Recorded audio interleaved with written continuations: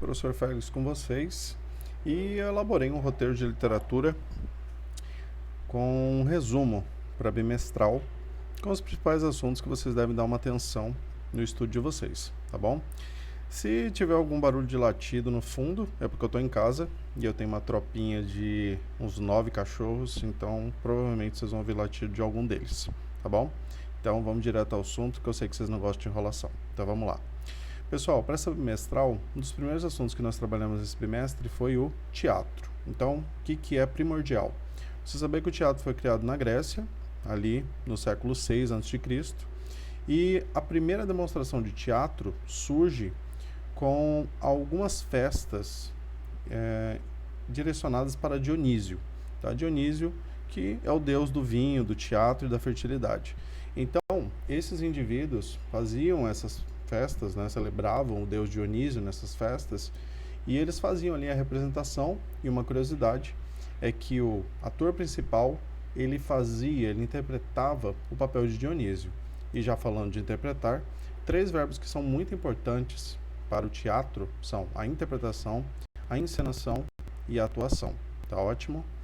Os 2 primeiros gêneros teatrais foram a tragédia e a comédia. E não é à toa que o símbolo do teatro, como nós estamos vendo aqui, é a máscara triste representando a tragédia e a máscara feliz representando a comédia. Nós temos vários gêneros teatrais, mas atualmente um gênero teatral mais recente é o stand-up comedy. Apesar de muitos críticos dizerem que o stand-up não é um tipo de teatro, eles estão errados. O stand-up sim é um tipo de teatro, mais voltado para o improviso, mas sim, é um gênero teatral. Bom, na Grécia Antiga, uma técnica que era muito utilizada era essa daqui, ó. É a Deus Ex Machina. Tá aqui a nomenclatura, ó. Deus Ex Machina. O Deus Ex Machina nada mais era do que uma forma de encerrar a peça de forma rápida.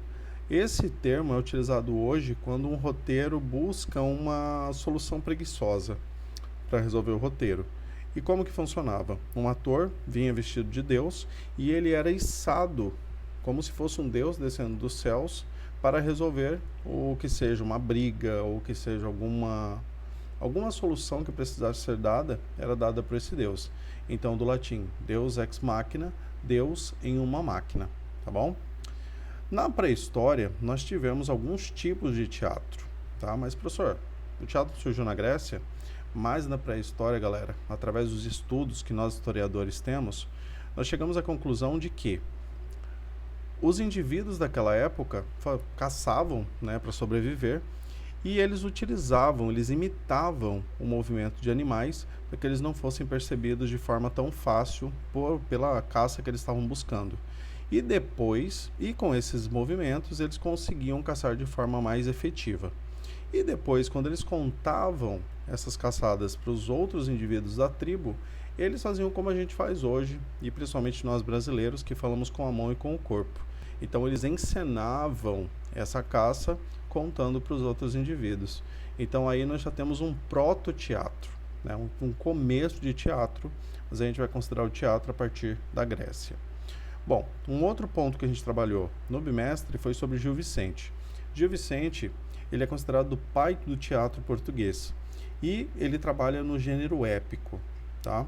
Então, o Gil Vicente, ele foi uma figura importantíssima, foi muito bem quisto pelos reis, né? Porque ele escrevia textos que falavam sobre a grandeza de Portugal e sobre os feitos dos lusitanos, guarde esse termo aí, lusitanos, que eram homenageados em suas obras.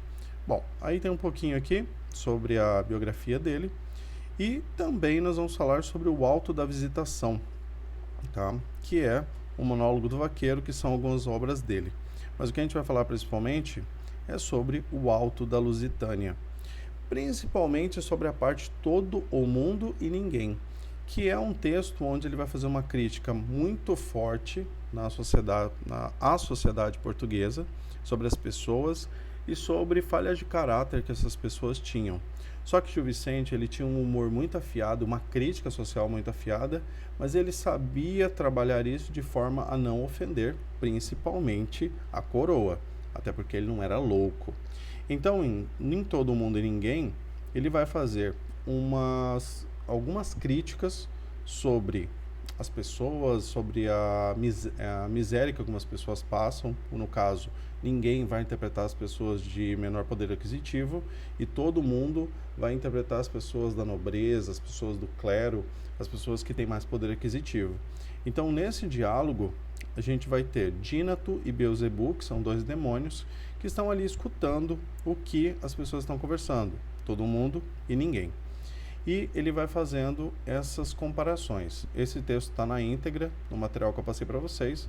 Vocês podem fazer a leitura, mas o que vocês têm que ter de resumo dessa obra é que você vai ter uma crítica sobre o que todo mundo tem e o que ninguém não tem, tá certo?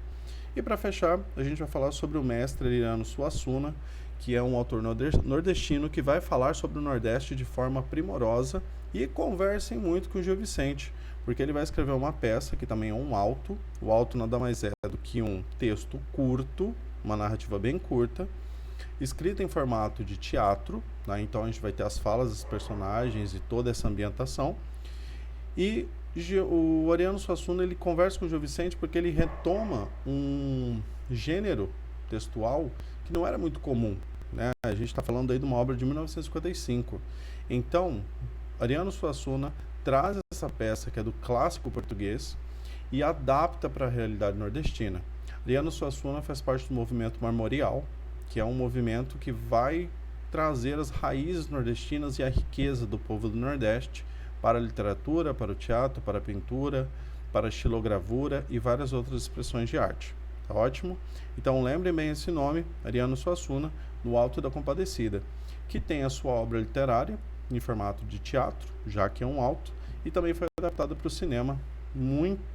É uma obra muito boa e o filme é muito fiel à obra, então vale a pena ser assistido, tá bom? Pessoal, façam a leitura do roteiro, leiam na íntegra o Todo Mundo e Ninguém, o Alto da Lusitânia. Só um detalhe que eu esqueci de falar: no Alto da Lusitânia nós temos dois personagens principais, que é Lusitânia, a mulher, e Portugal, que é o nosso herói. Não precisa nem dizer que aí tinha uma intenção, só faltou marcar a arroba do rei de Portugal, tá bom? Então é isso, meu povo, espero ter ajudado. Deem um feedback aí do que vocês acharam desse roteiro em vídeo, e qualquer coisa, se der certo, eu crio outros aí para vocês. Valeu, aquele abraço e